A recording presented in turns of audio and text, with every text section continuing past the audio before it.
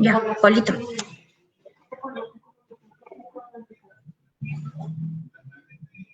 Buenos días.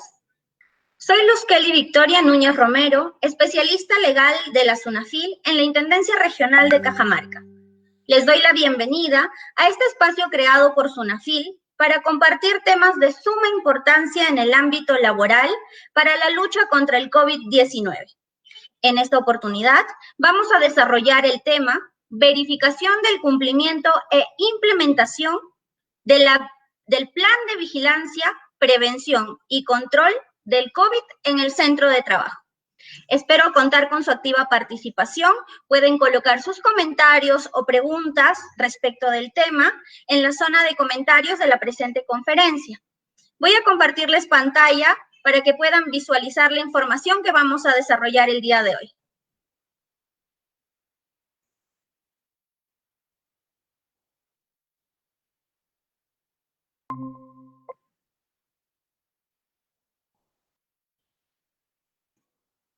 Bien, ahora sí iniciamos.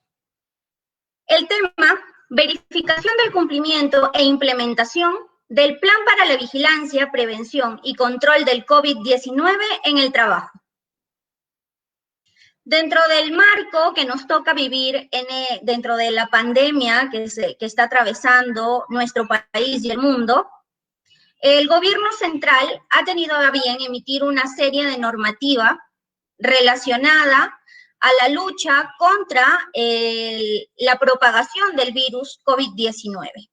Pero ello se ha dado en función a normativa ya existente, como la normativa base para la seguridad y salud en el trabajo, como es la Ley 29783, reglamentada por el Decreto Supremo 5/2012-TR.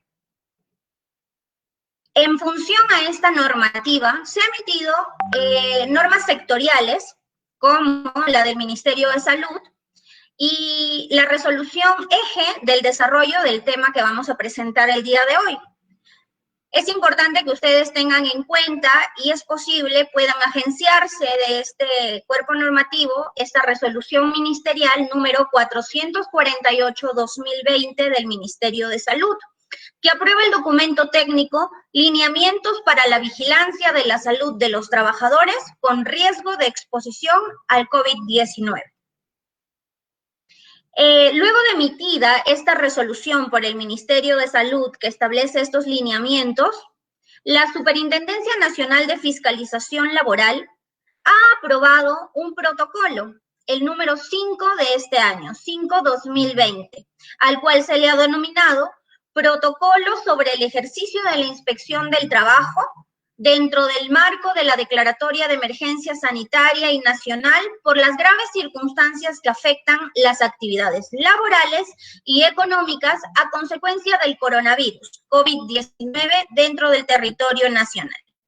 Es decir, se ha emitido un protocolo especial para este periodo de estado de emergencia, toda vez que el sistema inspectivo de trabajo que se viene desempeñando a lo largo de estos años ha tenido que adecuarse a este periodo de pandemia.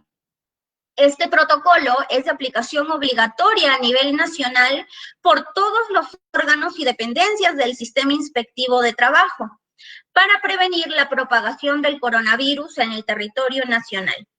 Es decir, todos los órganos componentes de la Superintendencia Nacional de Fiscalización Laboral, que aplica a algunas regiones, y en otras en donde aún también existe competencia respecto de las direcciones regionales de trabajo. Entonces, todos los órganos involucrados en la inspección de trabajo están obligados a cumplir este protocolo para el ejercicio de la inspección laboral.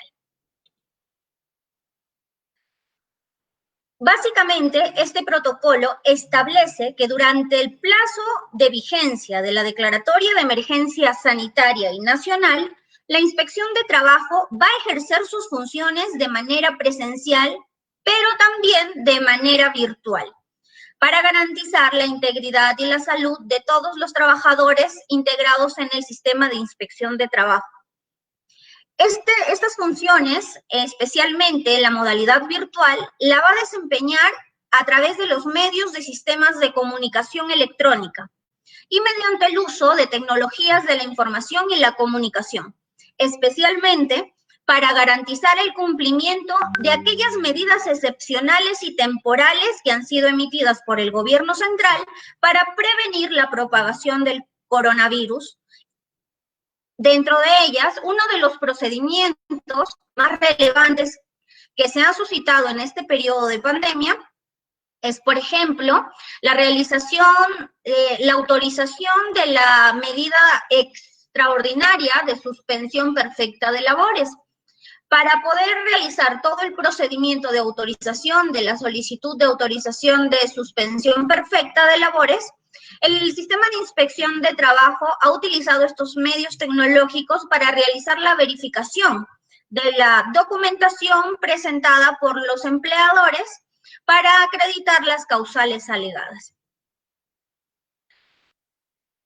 La resolución de Superintendencia 103/2020 que aprueba este protocolo en su numeral 7.1.3 establece que en el caso que el personal inspectivo advierta o verifique dentro del ejercicio de sus funciones la existencia de centros de trabajo que prestan servicios y actividades que no están permitidas durante el periodo de vigencia de la declaratoria de emergencia, como son las conocidas actividades esenciales, o no estén incluidos dentro del plan de reactivación por fases aprobado por el gobierno central, estos inspectores de trabajo en ese caso estarán facultados para imponer una medida cautelar de cierre.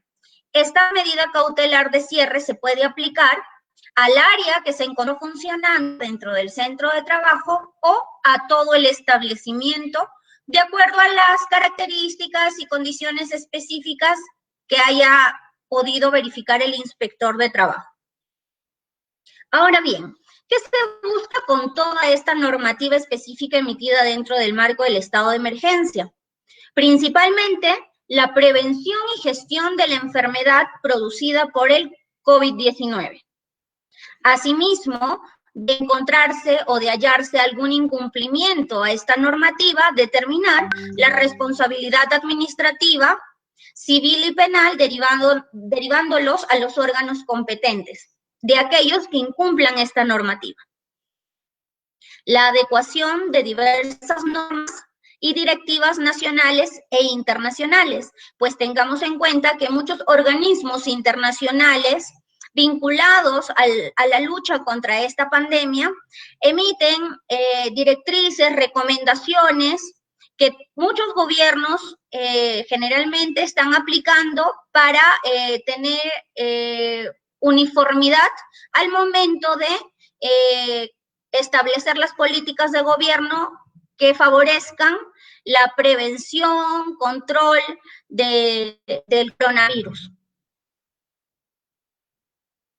Asimismo, se busca ajustar los protocolos sanitarios del sector y los lineamientos del MINSA. Como ya les había mencionado, existe en nuestro país una normativa base respecto de la seguridad y salud de los trabajadores dentro del centro de trabajo.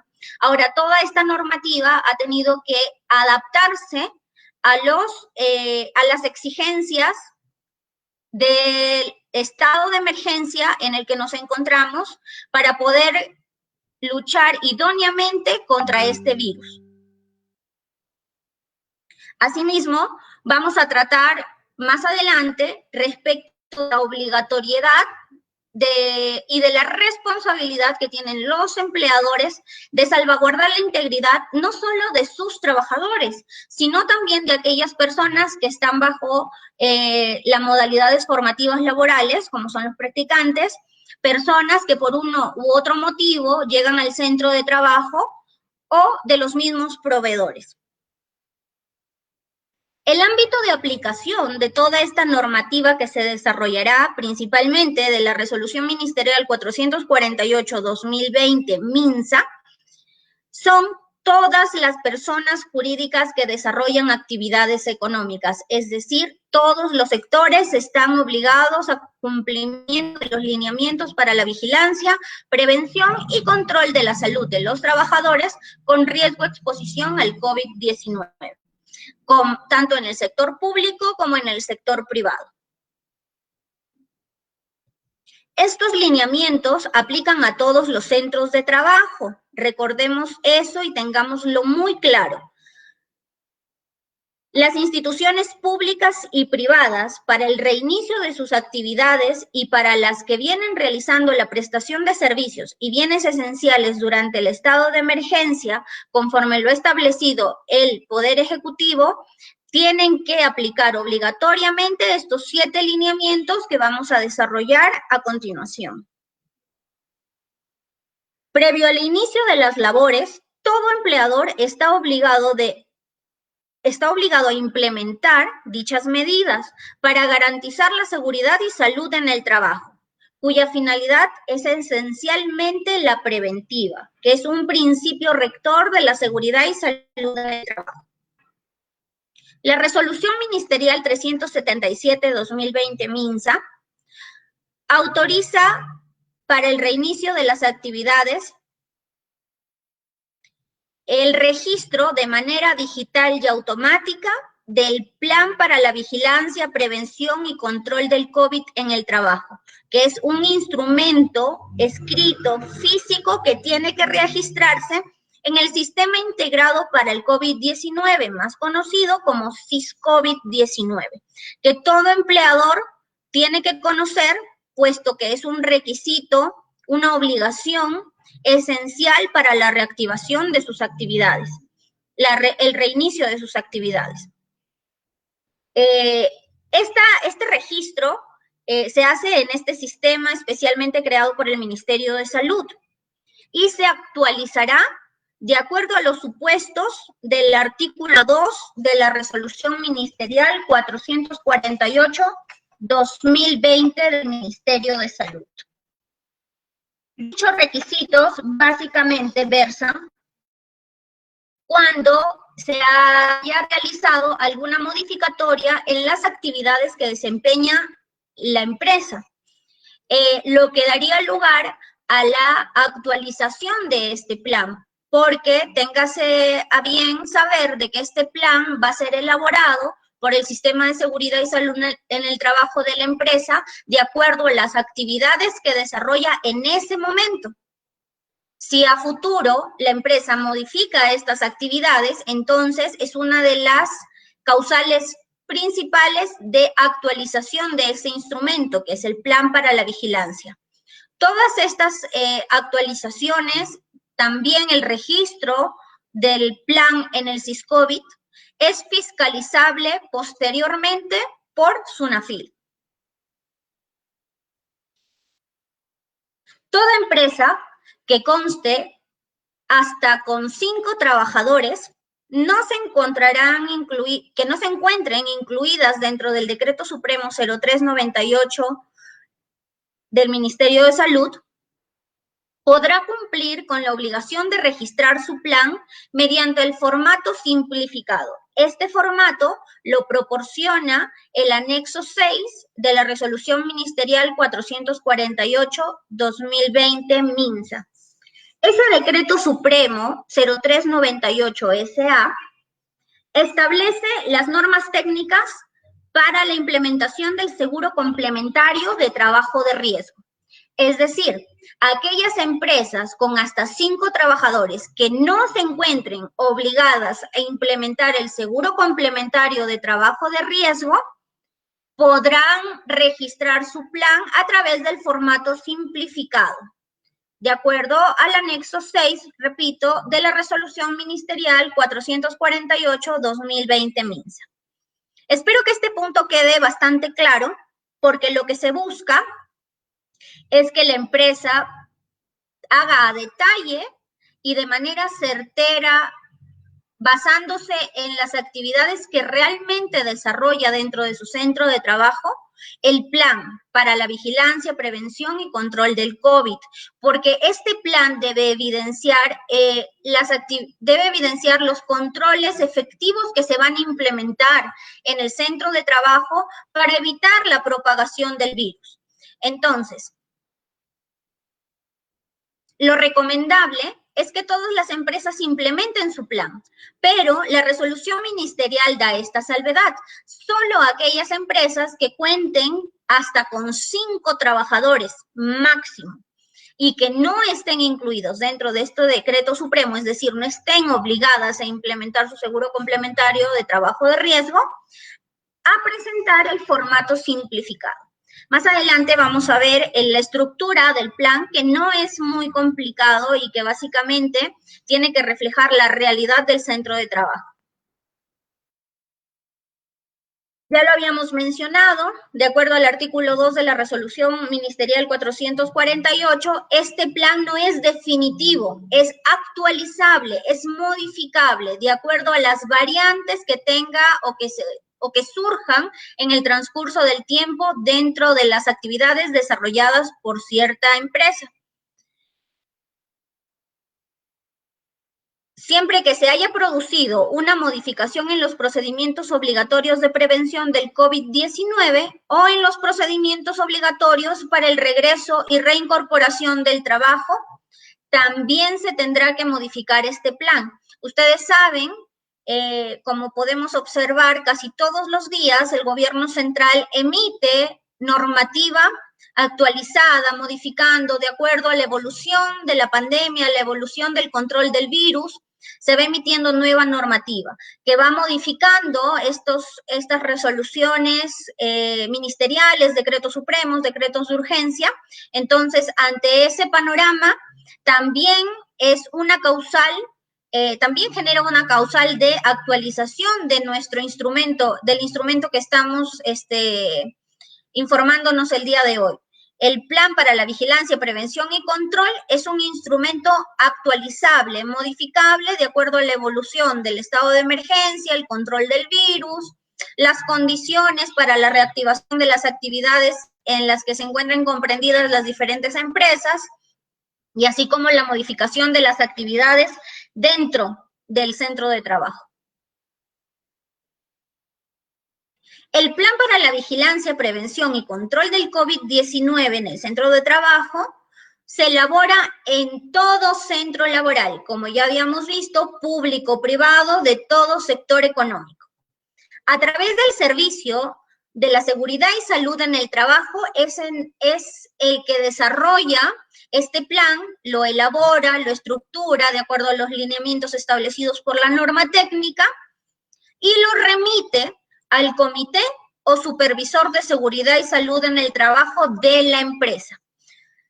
Aquí es importante resaltar o aclarar que el servicio de seguridad y salud en el trabajo no puede confundirse con el comité o supervisor de seguridad y salud en el trabajo. El servicio de seguridad y salud en el trabajo se entiende como aquella persona designada por el empleador con múltiples nombres. Asistente de seguridad y salud en el trabajo, jefe de seguridad y salud en el trabajo, responsable de seguridad y salud en el trabajo, es una persona especial contratada para el servicio de seguridad y salud en el trabajo de la empresa, o también designada dentro de la empresa para desarrollar estas funciones. Designar algún trabajador que ya esté en la empresa para desarrollar estas funciones en específico, como en el presente caso, elaborar el plan para la vigilancia, prevención y control del COVID en el centro de trabajo. Ahora, este proyecto que elabora el Servicio de Seguridad y Salud en el Trabajo debe ser remitido ¿a quién? Al Comité de Seguridad y Salud en el Trabajo o al Supervisor de Seguridad y Salud en el Trabajo, de acuerdo a lo establecido por la Ley de Seguridad. Recordemos que una empresa con 20 a más trabajadores debe tener implementado, de acuerdo a la norma, su Comité de Seguridad y Salud en el Trabajo. Una empresa con menos de 20 trabajadores implementará solo un supervisor de seguridad y salud en el trabajo. De acuerdo a la normativa vigente en nuestro país, su aprobación, la aprobación tanto del comité debe ser en un plazo máximo de 48 horas. Ellos deben aprobar máximo en 48 horas el plan para la vigilancia y prevención y control del COVID-19 en el centro de trabajo elaborado por el Servicio de Seguridad y Salud en el Trabajo para su correcta y posterior implementación dentro del centro de trabajo. Este plan debe ser elaborado apenas se reinicien las actividades de la empresa, conforme a las fases ya antes indicadas, pues, ¿no? De acuerdo a la actividad que desarrollen. ¿Qué debe incluir este plan de vigilancia, prevención y control del COVID-19? Debe incluir una breve guía de las actividades, acciones e intervenciones que asegure el cumplimiento de los 7 lineamientos establecidos en la Resolución Ministerial 448-2020. Esto se establece en el numeral 7.2 de dicho documento técnico. Entonces, recordemos que debe incluir una guía breve de las actividades que desarrolla de acuerdo al rubro que desempeñan, acciones e intervenciones que aseguren el cumplimiento de los 7 lineamientos que vamos a desarrollar más adelante, y debe especificar, esto sí, de manera clara y precisa, porque es uno de los puntos fiscalizables por nuestros inspectores de trabajo, debe especificar de manera clara el número de trabajadores, el riesgo de exposición al virus, a COVID-19, por puesto de trabajo, estableciendo si ese riesgo de exposición es muy alto, mediano o bajo.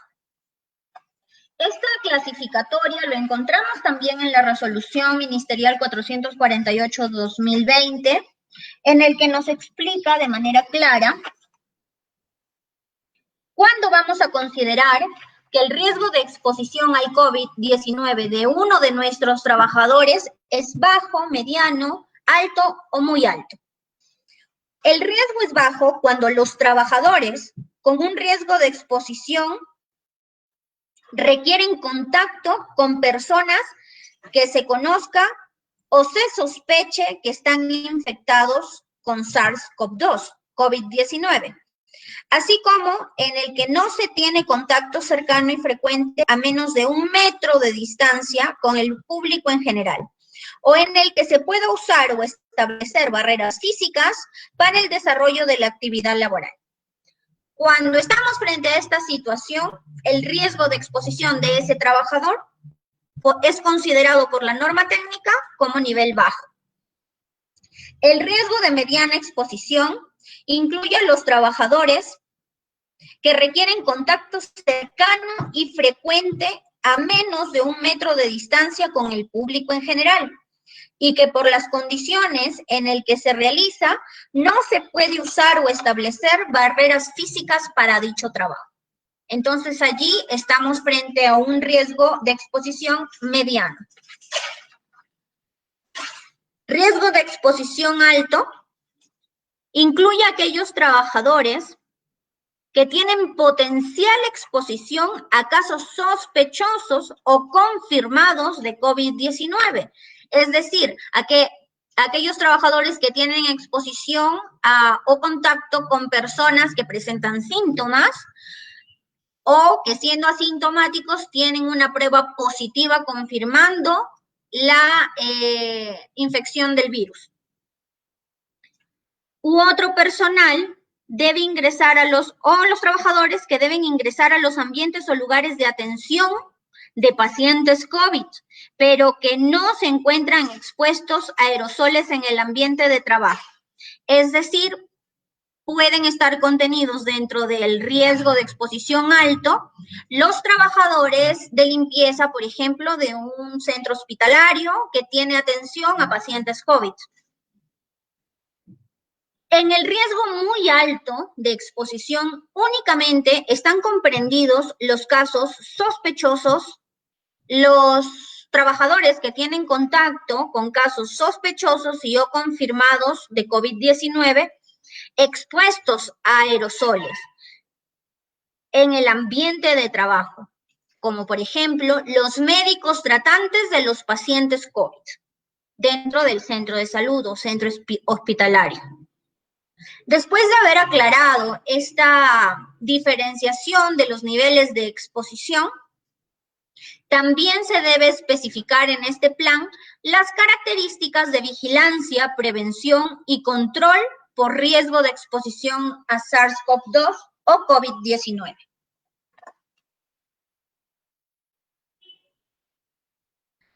Es importante que todos los empleadores, trabajadores y público en general tengan en cuenta de que este plan no puede ser únicamente un documento elaborado por mera formalidad, sino debe asumirse con la seriedad del caso como un instrumento relevante y muy importante para la lucha contra el COVID-19.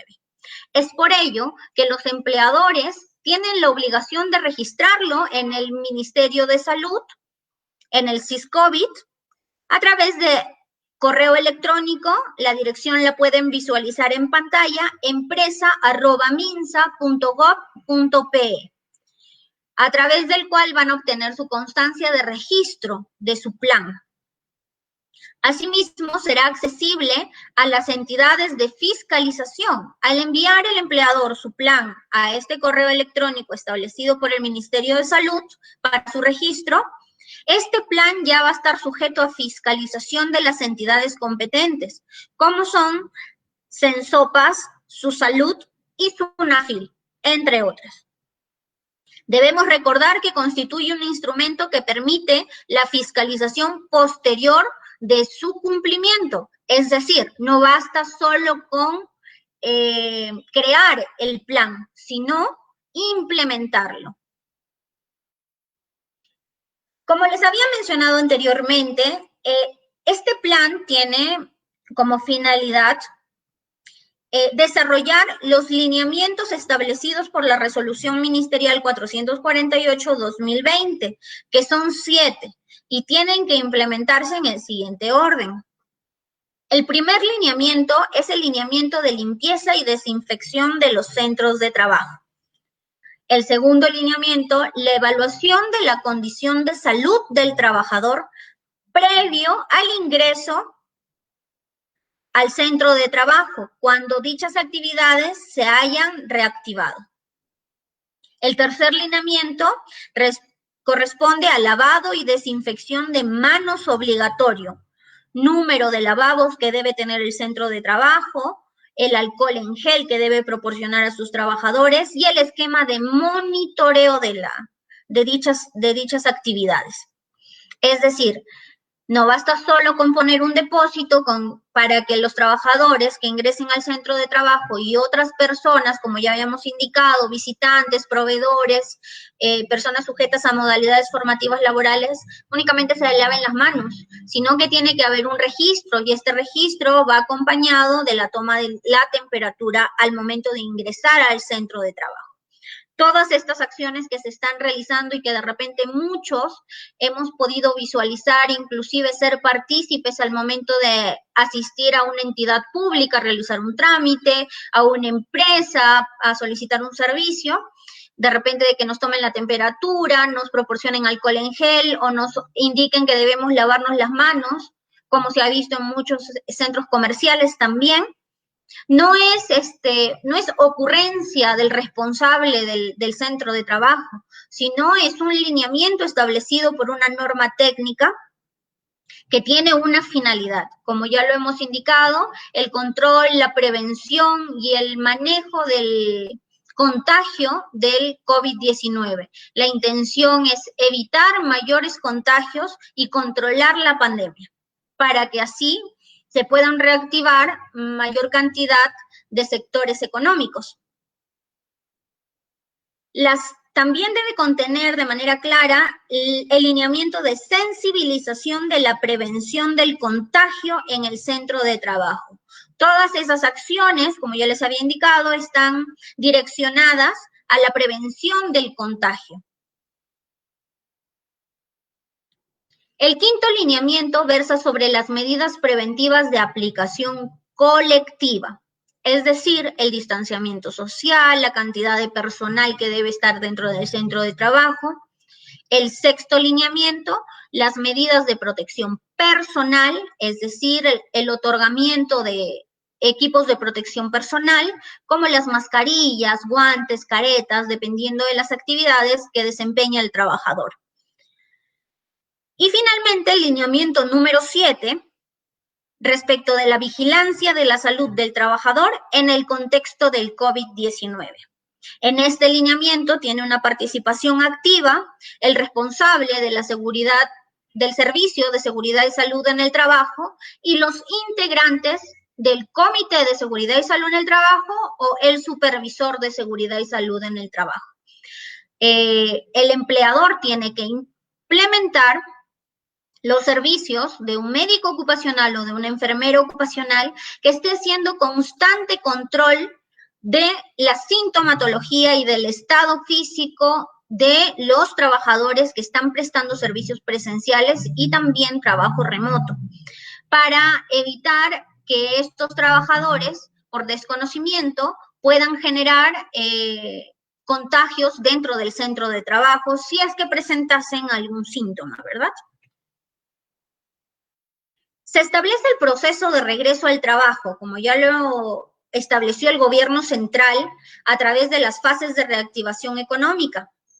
Y esto está orientado a que los trabajadores que estuvieron en cuarentena social y que no prestaron sintomatología de COVID-19, ni son actualmente casos sospechosos ni confirmados del COVID-19, regresen de manera automática a prestar sus servicios en su centro de labores, siempre y cuando se contemplen y se garantice el cumplimiento de los 7 lineamientos antes indicados. Se establece el proceso de reincorporación al trabajo orientado a los trabajadores que cuentan con alta epidemiológica. Este tema, esta situación, ha sido objeto de muchas consultas a lo largo del periodo del estado de emergencia. Muchos empleadores y trabajadores no terminan de comprender el sentido de la norma respecto de garantizar los días de descanso y cumplir con la alta epidemiológica de aquellos trabajadores que presenten sintomatología o que tengan el resultado positivo a COVID-19. Vamos a desarrollar estas dos situaciones. Cuando los pacientes son asintomáticos, ¿cómo es el proceso de reincorporación al centro de trabajo? Cuando un paciente es asintomático, el alta se dará 7 días después de la prueba serológica que confirmó el diagnóstico, es decir, que dio positivo para COVID-19 en cualquiera de sus estadios, sin necesidad de repetir la prueba. Pero recordemos, esto es cuando el trabajador se convierte en un paciente asintomático. Su prueba salió positiva, pero no presenta ninguno de los síntomas característicos del COVID-19. Y el alta se dará 14 días después de la prueba molecular positiva que confirmó el diagnóstico sin necesidad de repetir dicha prueba. Para los pacientes que presentan síntomas, el alta obligatoriamente se dará 14 días después del inicio de los síntomas. Aquí estamos ante un supuesto distinto. Cuando son pacientes asintomáticos, necesitamos el resultado de la prueba molecular que dé positivo, porque no presentan ningún síntoma evidente. Pero cuando los pacientes presentan síntomas, el alta se dará 14 días después del inicio de la sintomatología, pudiendo extenderse el periodo según criterio del médico tratante o del médico ocupacional de su centro de trabajo, debiendo estar asintomático al menos 3 días consecutivos para que pueda reincorporarse a su centro de trabajo. Los pacientes moderados o graves, es decir, los que hayan necesitado hospitalización, con diagnóstico confirmado, establece que el alta médica del médico tratante necesita el alta médica del médico tratante, o ya se ha indicado, hospitalizado, el médico que lo ha tratado dentro del centro hospitalario tendrá que determinar el alta para su reincorporación, necesitándose también la previa evaluación del en el trabajo, del centro de trabajo, de la empresa donde labora dicho paciente. Para los casos sospechosos, el alta ocurre 14 días después del inicio de los síntomas y en contactos cercanos, el alta ocurre 14 días desde el primer día de contacto con el caso confirmado.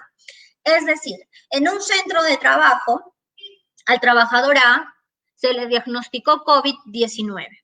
Este trabajador, el Servicio de Seguridad y Salud en el Trabajo tiene que hacer el seguimiento de todas las personas o compañeros de trabajo con las que este trabajador tuvo contacto, para que se pueda establecer el periodo de descanso o aislamiento de estos trabajadores que tuvieron contacto con un caso confirmado y puedan retornar después de 14 días de dicho aislamiento.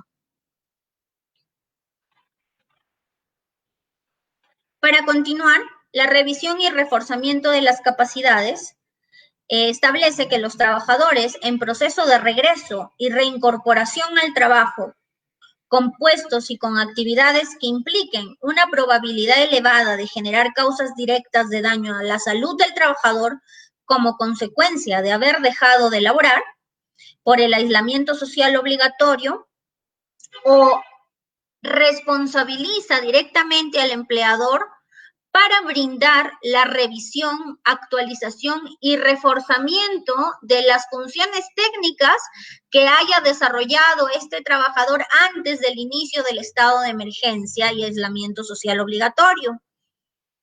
Esta capacitación como actualización o reforzamiento puede ser presencial o virtual y dirigida, ojo, a las funciones del puesto específico que desarrolla dicho trabajador. No una capacitación general sobre, por ejemplo, cómo prevenir el COVID. Estamos hablando de un reforzamiento, una actualización de aquellos trabajadores que después de 4 o 5 meses regresan a sus actividades normales en las cuales desempeñaban funciones técnicas de manejo de máquinas, por ejemplo, que pueden poner en riesgo su integridad. Es obligación del empleador actualizar los conocimientos y la destreza de este trabajador para que el retorno a sus funciones no implique el riesgo de que pueda producirse un accidente de trabajo o un incidente peligroso. El responsable de seguridad del Servicio de Seguridad y Salud en el Trabajo dentro del centro de trabajo deberá gestionar para todos los trabajadores, dependiendo del nivel de exposición al contagio del COVID, lo siguiente. La aplicación de las pruebas serológicas moleculares, que también muchos empleadores consultan a la entidad. ¿Es obligatorio que tenga que proporcionarle las pruebas a mis trabajadores para el reinicio de sus actividades? Aquí va la respuesta. Para aquellos trabajadores cuyos puestos de trabajo es considerado en nivel alto o muy alto, el empleador sí está obligado a realizarle dichas pruebas serológicas moleculares. Y para aquellos puestos de trabajo con nivel de riesgo mediano o bajo, no está obligado. Únicamente bajo indicación del profesional de salud del Servicio de Seguridad y Salud en el Trabajo podrá aplicar dichas pruebas, pero no está obligado. Si su médico ocupacional o su enfermera ocupacional recomienda la aplicación de esta prueba serológica o molecular, tendrá que realizarla, pero no está obligado por ley. Las personas que se encuentren en alguno de los siguientes supuestos deben realizar prioritariamente trabajo remoto. Este tema novedoso respecto de la modalidad laboral implementada dentro del periodo de emergencia nacional, como lo es el trabajo remoto, ha sido una figura nueva tanto para empleadores como para trabajadores, que han tenido que adaptarse a esta nueva modalidad de prestar sus servicios cotidianos en el centro de trabajo donde se desempeñan. Es importante conocer que las personas mayores de 65 años, con hipertensión arterial refractaria, enfermedades cardiovasculares graves, con cáncer diagnosticado, diabetes, asma moderada o grave, enfermedades pulmonares crónicas, insuficiencia renal crónica en tratamiento con hemodiálisis, enfermedades o tratamiento inmunosupresoras y obesidad con un índice de masa corporal de 40 o más, están obligados a desempeñar únicamente trabajo remoto. Los empleadores y trabajadores que conozcan de personas que cumplan con estas condiciones, o que estén incluidas en alguna de estas condiciones físicas o de salud, están en todo su derecho, si son trabajadores, de exigir el cumplimiento de trabajo remoto siempre que la naturaleza de sus funciones lo permita, y del empleador de facilitar la realización del trabajo remoto a su trabajador, también teniendo en cuenta si la naturaleza de sus funciones lo permiten. Muchos de estos trabajadores, a lo largo de este periodo de pandemia, han manifestado su voluntad de asumir la propia responsabilidad por el riesgo de contagio, a pesar de que están inmersos dentro de las condiciones antes descritas. Ante ello, el gobierno central implementó dentro de esta norma técnica la posibilidad de presentar una declaración jurada de asunción de responsabilidad voluntaria. ¿Qué significa esto? Que en el caso de las personas que pertenecen al grupo de riesgo y que laboran, se prioriza su prestación de servicio bajo la modalidad de trabajo remoto, excepto si desean concurrir o si es su voluntad concurrir a trabajar o prestar sus servicios en las actividades autorizadas dentro del centro de trabajo. Deberán suscribir esta declaración jurada de asunción de responsabilidad voluntaria.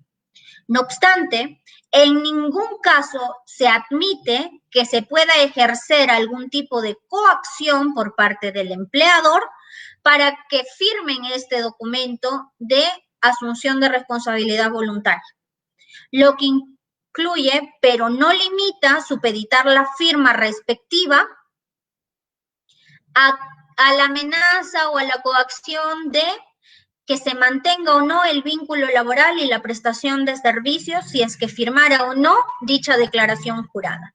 Tengamos en cuenta que es únicamente voluntad del trabajador que sea grupo de riesgo de presentar ante su empleador esta declaración jurada. Ante cualquier indicio de coacción o amenaza vinculada a la permanencia de la relación laboral, entonces el empleador estaría incurriendo en infracciones laborales muy graves fiscalizadas por los inspectores de trabajo. La responsabilidad en materia de seguridad y salud en el trabajo. Sin perjuicio de la suscripción por parte del trabajador que quiera voluntariamente firmar su declaración jurada de asunción de responsabilidad, el empleador no debe confundir que si el trabajador le presentó su declaración jurada de asunción de responsabilidad, entonces yo como empleador yo no tengo ningún tipo de responsabilidad respecto de ese trabajador. Es una afirmación errónea, es una falacia. La normativa vigente dentro del estado de emergencia y la normativa que siempre ha regido y ha regulado el sistema de seguridad y salud en el trabajo, establece como único responsable de la seguridad y salud en el trabajo de sus trabajadores al empleador. Y esto, por la firma de la declaración jurada, no va a cambiar. Ello implica el fiel cumplimiento de las obligaciones que establece la Ley 29783 respecto de la seguridad y salud en el trabajo de sus trabajadores, sean o no grupo de riesgo, firmen o no la declaración jurada de asunción de responsabilidad. La autoridad inspectiva de trabajo en el ámbito de sus competencias ejerce labores de prevención, supervisión, fiscalización y sanción del cumplimiento de las disposiciones contenidas en la presente resolución ministerial, que es la 99/2020. Ello significa, por ejemplo, SUNAFIL y el Sistema Inspectivo de Trabajo ejerce la labor de prevención como en esta oportunidad, orientando, proporcionando la información idónea que debe manejar tanto empleadores como trabajadores para la correcta aplicación y cumplimiento de la seguridad y salud en el trabajo dentro de su centro de labores. La supervisión y fiscalización realizada por los inspectores de trabajo ya in situ, sea de manera presencial o de manera virtual, y luego de que estos actores del sistema inspectivo de trabajo determinen la comisión de infracciones por incumplimiento a la norma de seguridad y salud en el trabajo, la realización del proceso administrativo sancionador correspondiente, de no acreditarse la subsanación de las infracciones imputadas, la imposición de la correspondiente sanción, que en el caso de SUNAFIL son sanciones pecuniarias, es decir, las imposiciones de multas de acuerdo a la gravedad de la falta y al número de trabajadores del centro de trabajo. El plan para la vigilancia y prevención y control del COVID-19 en el centro de trabajo debe contener las medidas a implementar respecto de los practicantes o de toda persona sujeta a una modalidad formativa y laboral, los visitantes y los proveedores. Debe ser asumido en su integridad por el empleador como parte del sistema de gestión de seguridad y salud en el trabajo. Esto está establecido en la Ley 29783 y no ha cambiado con la normativa vigente dentro del estado de emergencia. Durante la vigencia de esta emergencia sanitaria, las entidades públicas, empresas públicas y privadas que no cuenten con el servicio de seguridad y salud en el trabajo o de vigilancia de la salud de los trabajadores deberán aplicar como mínimo el anexo número 1 de la resolución ministerial 448/2020 MINSA. Este anexo número 1 desarrolla básicamente situaciones que debe verificar el empleador respecto de sus trabajadores cuando cuente con estos servicios de seguridad, o sea, una persona responsable de la seguridad y salud en el trabajo dentro de su centro de trabajo, o con una persona responsable de la vigilancia, puede ser el médico ocupacional o la enfermera ocupacional. El anexo 1 establece que el profesional de la salud del servicio de seguridad y salud en el trabajo, a implementarse, debe estar sujeto al tamaño de la empresa. Es decir, en los centros de trabajo tipo 1, que son de 5 a 20 trabajadores, el responsable de la seguridad y salud en el trabajo es el empleador y un profesional de la salud. Puede ser cualquiera. En los centros de trabajo tipo 2, que es hasta 20 trabajadores, también es responsable el empleador y un profesional de la salud. En los centros de trabajo tipo 3, que ya cuentan con de 21 a 50 trabajadores, el responsable de la seguridad y salud en el trabajo es obligatoriamente el empleador y un profesional de la salud. No necesariamente tiene que ser médico o licenciado en enfermería. Eso lo establece la norma. Sin embargo, en los centros de trabajo tipo 4, que son centros de trabajo con 51 trabajadores hasta 100 trabajadores, el responsable de la seguridad y salud en el trabajo será el empleador, y aquí sí especifica el perfil de una licenciada en enfermería. Para los centros de trabajo tipo 5 y tipo 6, que son de 101 trabajadores a 500 trabajadores en el tipo 5, y en los centros de trabajo de 500 trabajadores a más, los responsables de la seguridad y salud en el trabajo serán el empleador y adicionalmente, de manera obligatoria, una licenciada o licenciado en enfermería y un médico ocupacional. Aclarado esto, pasamos a ver que las personas jurídicas que estén autorizadas para el reinicio de actividades de acuerdo a las 4 fases establecidas por el gobierno central, que cuenten con el plan registrado en el SISCOBIT, deben remitir dentro de las 24 horas siguientes de registrado una copia de dicho plan a todos sus trabajadores. Este también es un aspecto fiscalizable por parte de los actores de la inspección de trabajo, como son los inspectores de trabajo, los inspectores auxiliares, que saldrán a fiscalizar la correcta implementación de este plan y difusión. Es por ello que hasta 24 horas de registrado el plan en el SISCOBIT, se tiene que proporcionar una copia a todos los trabajadores, cual fuere la modalidad laboral que estén desempeñando. Verificada la existencia de campos obligatorios que no hayan sido llenados en dicho formato de fiscalización cuando se dé, y del registro del plan propiamente dicho, cuando se presenten situaciones de presentación de información falsa o no auténtica que se vincule a la seguridad y salud en el trabajo de los trabajadores y prestadores de servicio, o del incumplimiento de alguno de los 7 lineamientos antes indicados, se emitirá una medida correctiva de suspensión o cancelación de acuerdo a la gravedad de la omisión, inconsistencia o fraude detectada en la fiscalización posterior. Recuerdan que en el correo anterior que se había indicado que había proporcionado el Ministerio de Salud para el registro del plan, se les comentó de que al momento de hacer efectivo dicho registro, o sea, enviar a ese correo el plan creado, aprobado en el centro de trabajo, ese documento está sujeto a fiscalización posterior por los entes fiscalizadores, uno de ellos SUNAFIL.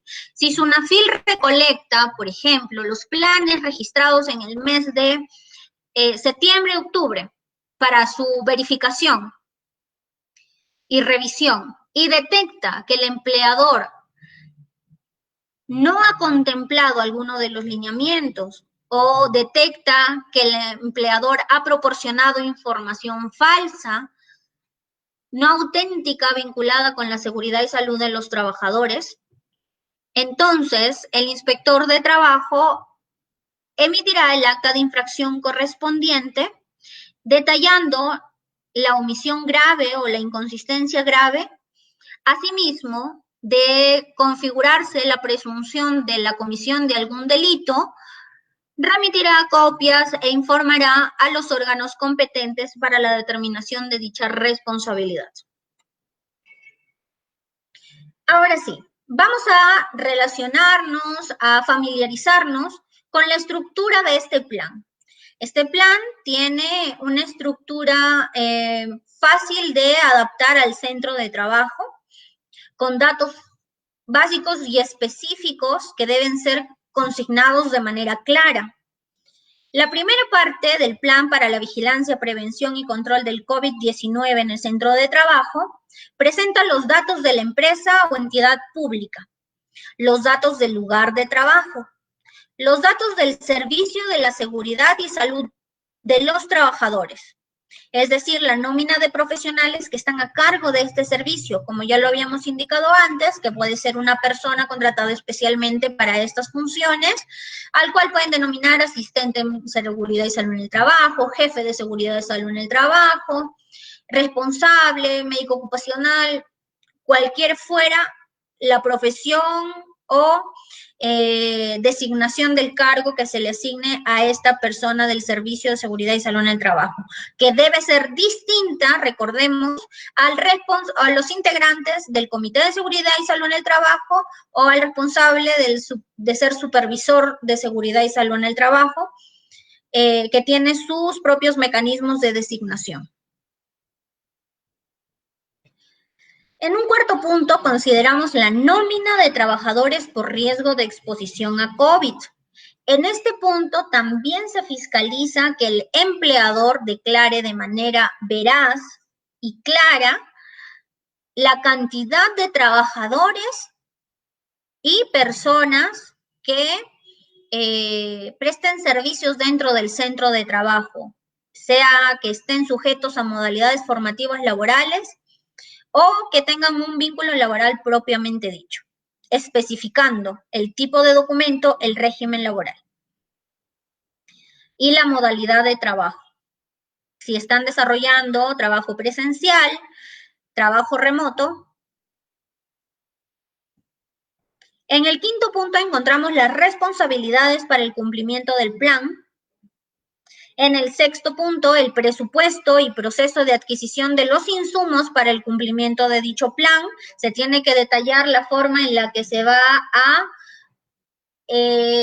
conseguir los insumos como los equipos de protección personal, los insumos para el cumplimiento de los primeros lineamientos, la toma de temperatura, la proporcionar alcohol en gel o alcohol líquido al ingreso, la fuente para limpieza de plantas, de pies, de zapatos, etcétera. Como séptimo punto tenemos el procedimiento para el regreso y reincorporación al trabajo.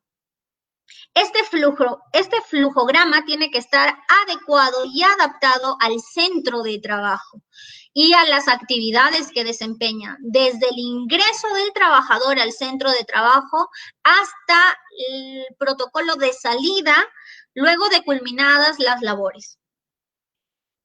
La lista de chequeo de vigilancia, como les había indicado, no basta con implementar los insumos, sino también de llevar un control y que exista un registro de que todos estos lineamientos se están aplicando de manera correcta. El responsable al momento del ingreso tendrá que registrar la temperatura, que se cumple el protocolo de lavado de manos, consignar la hora de ingreso, el nombre del trabajador, etcétera. Esto es, no confundamos que esto vaya a reemplazar al registro de control de asistencia, ojo, son datos complementarios necesarios para la correcta aplicación del plan. El registro de control de asistencia con sus requisitos establecidos por ley, eso debe tenerlo claro todos los empleadores y trabajadores, que es obligatorio al ingresar al centro de trabajo. En el punto número 9 tenemos el documento de aprobación del Comité de Seguridad y Salud en el Trabajo, que, como ya lo habíamos indicado y les recuerdo, tiene que ser máximo en el lapso de 48 horas de presentado el plan por el Sistema de Seguridad y Salud en el Trabajo. El comité o el supervisor tiene solo 48 horas para aprobar dicho documento.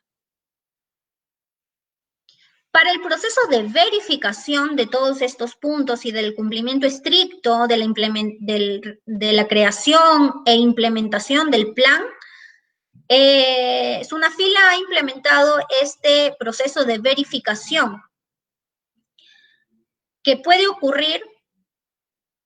recurrir a la lista no limitativa del anexo 4 de la resolución de superintendencia 103/2020. Esta resolución de superintendencia establece ya un formato que, ingresando a este cuerpo normativo, todos los empleadores pueden tener conocimiento previo de qué es lo que deben estar atentos de verificar su fiel cumplimiento antes de que la inspección de trabajo llegue a su centro de labores. Revisando este anexo 4 de la resolución de superintendencia 103/2020 de SUNAFIL, que lo encuentran en la web o en la página de SUNAFIL para que empleadores y trabajadores lo puedan revisar y puedan tener conocimiento previo de qué es lo que el inspector de trabajo va a fiscalizar en una potencial visita a su centro de trabajo para verificar la implementación del plan de vigilancia, prevención y control del COVID. Esto ayudará, este conocimiento previo ayudará para que el empleador esté atento y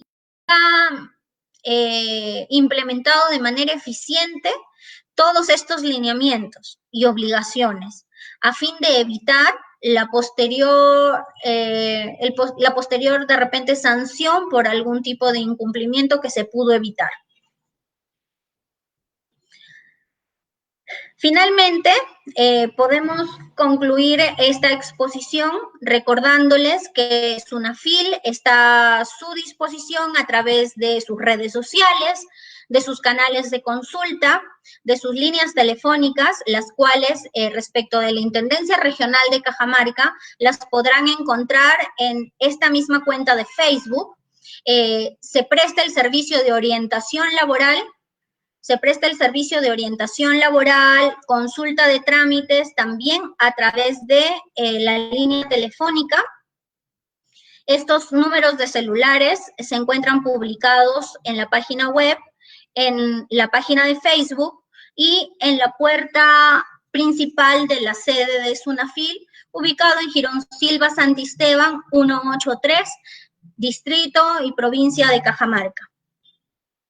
Bien, voy a dejar de compartir la presentación. Espero hayan podido tomar nota de los datos aquí contenidos para pasar a desarrollar y absolver las consultas que se han realizado a través de los comentarios de la presente exposición.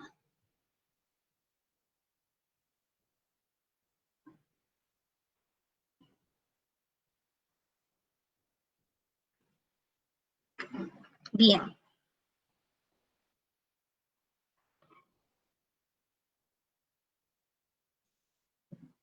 En esta oportunidad vamos a responder la pregunta de Francisco Luque Valeriano.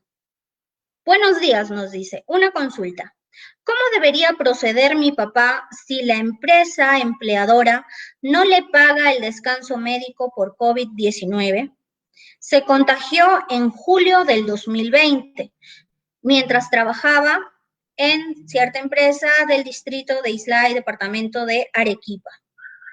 Fue internado de gravedad durante el periodo del 13 de julio al 4 de agosto del 2020 y actualmente sigue con descanso médico por incapacidad física para laborar como estibador. El empleador se excusa indicando que Salud no le paga el dinero para pagarle, que no sabe llenar el formato y presentar para cubrir los salarios pendientes de julio, agosto, septiembre y octubre del 2020. Por favor, ¿me podría indicar cómo debería proceder para regularizar dicha situación de pago? La doctora de eSalud, encargada del seguimiento a mi padre, me indica que su caso, llevado a la jubilación adelantada por incapacidad pulmonar permanente, previa evaluación por el Consejo Médico del Seguro. Bien, respecto de la consulta hecha por el amigo Francisco Luque Valeriano, es preciso indicarle de que se pueden visualizar varias aristas y presuntos incumplimientos en los que estaría incurriendo el empleador de su padre. Respecto del tema tratado en la presente exposición, debemos partir de la premisa que el empleador, en primer término, está obligado a hacerse responsable de la seguridad y salud en el trabajo de todos sus trabajadores, dentro de ellos incluido su padre. En el caso de un caso confirmado por COVID y como nos manifiesta en la consulta el hijo de este trabajador, ha sido un contagio moderado porque ha requerido hospitalización, el empleador es plenamente responsable de cumplir lo que establece la norma, es decir, facilitar por el periodo que el médico tratante establezca el descanso médico o la incapacidad temporal para laborar, respetando sus descansos médicos como una licencia por enfermedad, toda vez que está siendo debidamente acreditada. El hecho que el empleador desconozca los trámites que debe realizar para garantizar el cumplimiento de este derecho laboral no lo exime de responsabilidad por su incumplimiento. Es decir, ante una pasible denuncia ante SUNAFIL por esta situación, el inspector de trabajo únicamente verificará si el empleador ha cumplido con su responsabilidad. Como evidentemente no lo ha hecho, el inspector de trabajo tendrá que emitir el acta de infracción correspondiente, previo a ello la medida de requerimiento exigiéndole el cumplimiento. Si no cumpliese, el acta de infracción correspondiente para el procedimiento administrativo sancionador que aplique la multa correspondiente a este empleador de no acreditar la subsanación. Si el empleador se justifica en desconocer los trámites o los procedimientos que debe seguir, vuelvo a repetir, ello no lo exime de responsabilidad. De igual forma, se aplicará la sanción correspondiente, puesto que es responsable de pagar el primer mes de la licencia por enfermedad el empleador. Luego, el empleador es responsable de realizar los trámites correspondientes para que en su salud se haga responsable de los pagos del subsidio. Si salud no está pagando los subsidios oportunamente por negligencia del empleador, es decir, el desconocimiento de trámites que debería conocer porque está perjudicando la integridad y el sustento de su trabajador, pues evidentemente y lamentablemente estaríamos frente a un caso pasible de sanción por infracción a la norma sociolaboral.